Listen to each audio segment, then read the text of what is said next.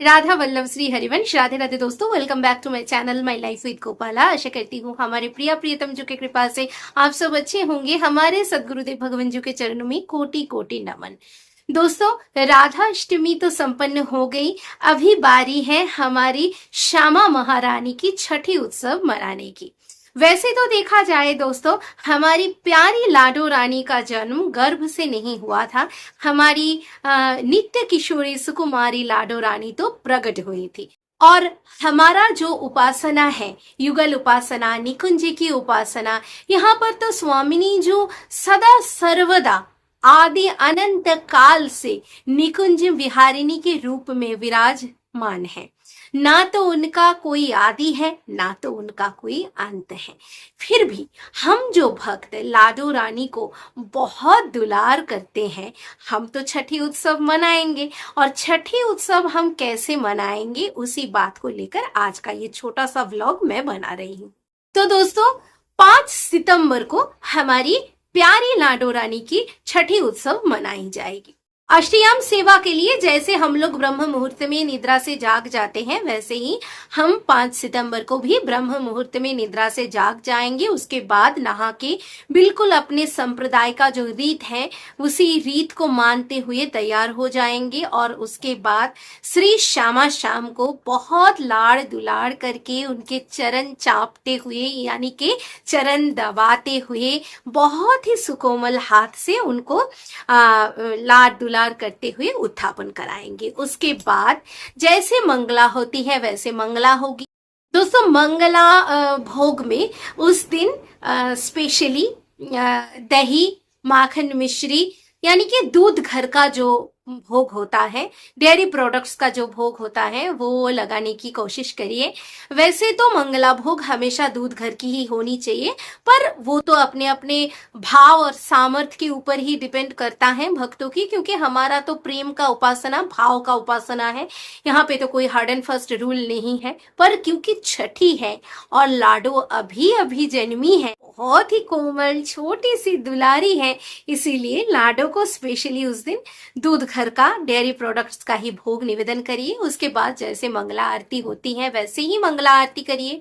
बहुत सुंदर से मंगला आरती की थाल प्रस्तुत करके आप मंगला आरती करिए। जैसे आप लोगों को मैंने राधाष्टमी में भी बताया था कि दीप के चारों ओर थाली में फूलों का आधिक्य होना थोड़ा सा जरूरी है, ताकि दीप का जो वो उष्णता है, लाडो रानी को स्पर्श थोड़ा सा ही कर पाए, ज्यादा परेशान उष्णता से लाडो रानी ना हो पाए। और उसके बाद लाडो रानी को उस दिन भी आप लोग शुद्ध जल से, अथवा जैसे मैंने राधाष्टमी के पहले आप लोगों को बताया था कि नॉर्मल टेम्परेचर का जो दूध होता है, उसी दूध में थोड़ा सा फूल, इत्र, फुलेल इत्यादि मिलाकर आप लाडो रानी के लिए छोटा सा एक कलश में वही मिश्रण लेकर लाडो रानी को शीतल करिए। और उसके बाद लाडो रानी को स्नान कराइए। छठी के दिन का स्नान बहुत स्पेशल होता है। थोड़ा सा गहरा एक पात्र ले लीजिएगा और उसमें नॉर्मल टेम्परेचर का, जो अपने रूम टेम्परेचर का दूध है, वही दूध लीजिएगा। दूध में इत्र, फुलेल, 2-4 गुलाब की पंखुड़ी, सुगंधी फूलों की पंखुड़ियां मिला लीजिएगा। और उसके बाद वही जो सुगंधी दूध है, उसी दूध में लाडो रानी का नाक थोड़ा सा हल्का करके कवर करके और आंख कान कवर करके 6 बार उनको डुबकी लगाइएगा। ऐसा भाव करिएगा कि अपने हाथ में एक छोटी सी नवजात सुकोमल बालिका है।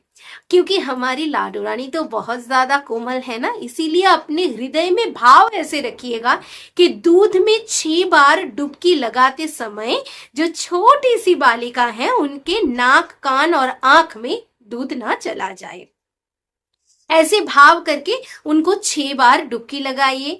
उनको फिर आप पंचामृत स्नान करा सकते हो। पंचामृत स्नान की जो विधि है वो सबको पता है, फिर से मैं रिपीट नहीं कर रही हूँ। उसके बाद लाडो रानी को पीला अथवा नीला नया पोशाक धारण कराइए।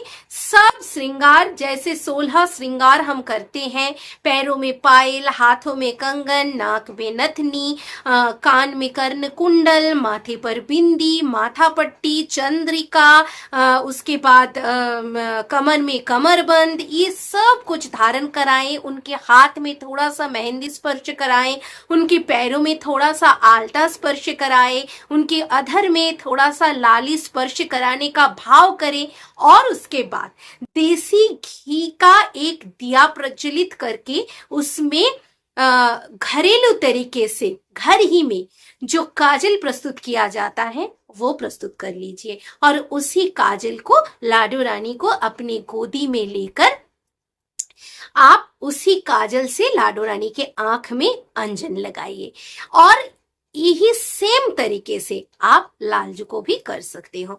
अभी दोस्तों छठी के दिन लाडो रानी का जो पसंदीदा भोग है, जैसे सबको पता है, कड़ी चावल, दही अरबी, पूरी, अन्य सब्जी आप प्रस्तुत कर सकते हो। उसके साथ खीर, उसके साथ गाढ़ा दही, मलाई, ये सब आप, रबड़ी, गुजिया, मालपुआ, ये सब आप भोग में निवेदन कर सकते हो, जो भी अपना सामर्थ्य है और जो भी अपने मन में भाव है।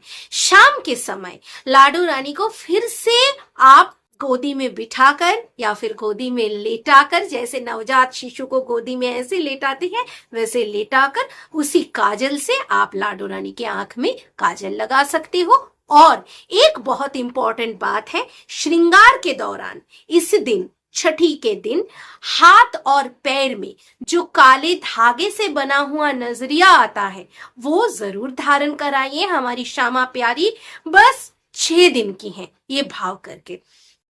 नजरिया आप, अगर आपको पसंद है, आपका आर्थिक सामर्थ्य वैसा है, तो आप सिल्वर मेड या फिर गोल्ड मेड नजरिया भी ला सकते हो, पर उसमें काला रंग का इस्तेमाल होना बहुत जरूरी है। और हो सके तो लाडो रानी को वाघ नखा जो आता है वो भी आप धारण करा सकते हो। छठी के पद के लिए आप राधा केलीकुंज ऐप में चले जाओगे, वहां पे उत्सव के पद के अंदर जो श्री लाडली जू की छठी की मंगल बधाई चाचा श्री वृंदावन दास जी कृत राग विलावल मंगल छंद को अनुसरण करते हुए जो गाया जाएगा, छठी लाली की री हेली आज पुजावही, आरज गोरी री हेली मंगल गावही, ये आपको गायन करना पड़ेगा। छठी का पद बाकी जैसा हमारा अष्टयाम सेवा का पूरा क्रम है वैसे ही क्रम अनुसरण करते हुए हम छठी उत्सव मनाएंगे। और एक बात दोस्तों, लाडो रानी की छठी के दिन एक अखंड दिया जरूर जलाकर रखिएगा और बहुत सारा, खूब सारा नाम संकीर्तन करिएगा। अपने जो जाप माला है उसको लेकर लाडो रानी के अथवा युगल सरकार के अथवा श्री श्याम सुंदर के चरण तले उनके सम्मुख बैठकर 11 माला श्री राधा वल्लभ श्री हरिवंश नाम अवश्य जाप करिए और बाकी श्री राधे रानी का नाम काउंटर से अथवा माला से जाप करिए। इसका कोई अपर लिमिट नहीं होता है, जितना मन चाहे आप करोड़ों बार भी श्री राधे रानी का नाम जाप कर सकते हो।